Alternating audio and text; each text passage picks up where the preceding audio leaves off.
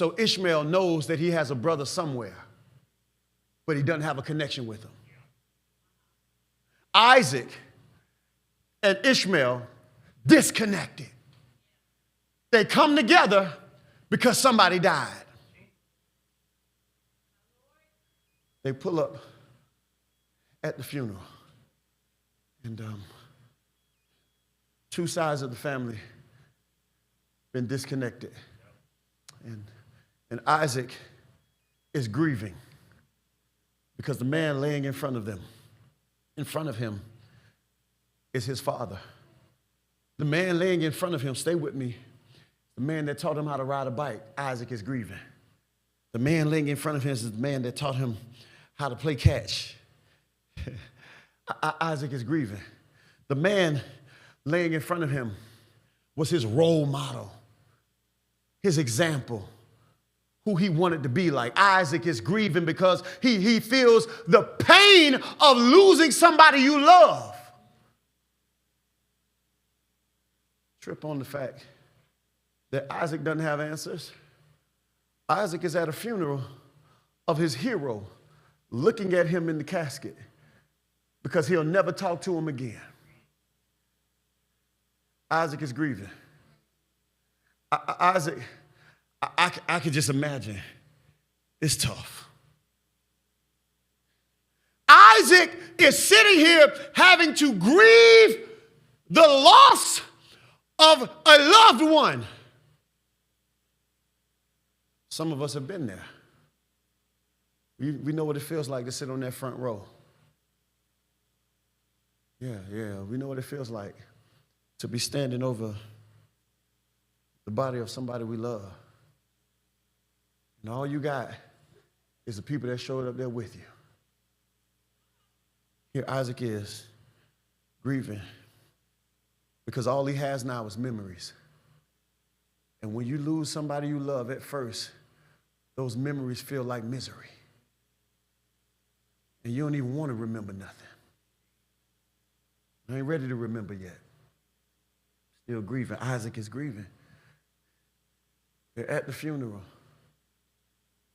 The casket is there. And Isaac is grieving because of the parent he lost. But not only is Isaac grieving, Ishmael's grieving. Why is Ishmael grieving? Great question. Well, Isaac is grieving because of the parent he lost. Ishmael is grieving because of the parent he never had. So now Ishmael is grieving because Isaac, at least you had a father. At least you had him. I don't even know what he thought was fun. I don't even know what his personality was like. So now I'm leaning on learning about my father from other people's stories. What was he like? What did he enjoy doing? Ishmael is grieving because he grew up wanting what Isaac had. Isaac is grieving because he lost what he loved the most. Two sides of the family, both legitimate emotional pain. The question is, do we identify with the other side's pain, or do we only acknowledge our own? Ishmael is grieving because the man that's laying in front of him, he never really got to know. He could be, it's possible, God, I feel this. It is, Ishmael is dealing with the pain of not knowing. What would it have been like?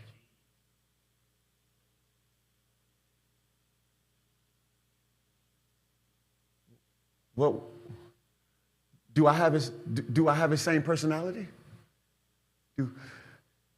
What do we do alike? Imagine the grief Ishmael is going through. Imagine the pain Isaac is going through. Disconnected, nobody to talk about this stuff with. Because they will be the ones that could probably understand, because at least they have a common thread in the person laying in front of them. Okay.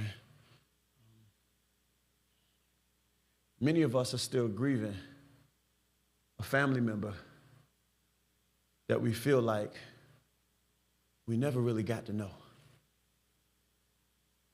or we didn't have long enough.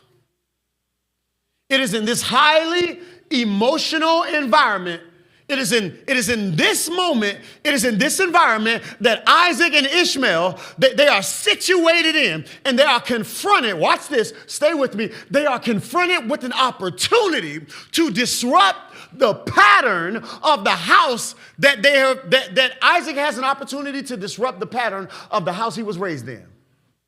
Because the last time we see an extremely emotional environment, we see Abraham backing away in avoidance, doing nothing. Or we see Sarah acting impulsively, get her out of here. So the pattern that Isaac is raised in is one of avoidance and impulsiveness. But we're not responsible for what's revealed. We're responsible for what we repeat. So my question is, Isaac, what did you do when faced with an opportunity of high emotional strain? You know, years of distance, they finally stood in the same place. But it takes a funeral to get them there. Why? Because funerals expose the foolishness of family feuds. You mean to tell me we were arguing over this? You mean to tell me all this time I ain't been speaking to you? And I really don't even remember what I was mad at. I just remember that we were mad. You mean to tell me all of this time we've been feuding and I only knew half the story? You mean to tell me I jumped on Isaac's side and never even considered Ishmael's side? Because in all of our families, there's an Isaac side and then there's an Ishmael side. And then some of us, what therapists call triangulation, they try and pull people in on their side. So now here you are trying to play, you're trying to hold the family together, but you don't understand that both of them might have valid points. Here it is. We see a funeral exposing the foolishness of feuds. We're feuding over nothing. If you don't get anything else, get this.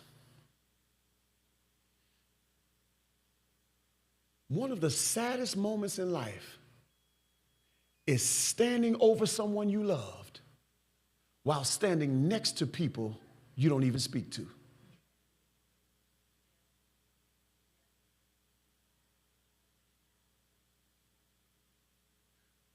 One of the saddest moments in life is standing over someone you loved while standing next to people you don't even speak to. Abraham died and his family was disconnected. He never got to see it. He never got to see this potential reconnection happen. Now, the jury is still out. We got to see what Isaac did. I don't know. Let's see. We're going to see what Isaac did. Did Isaac repeat the same pattern, or did Isaac decide to do something different? I don't know. I don't know. But I will say this. Fix this before your Abraham dies. Or fix it to honor their legacy. You know grandmama won't want us to say, oh, it's like this. You know granddad would have turned over and he would, come on. You know mama wouldn't want us to.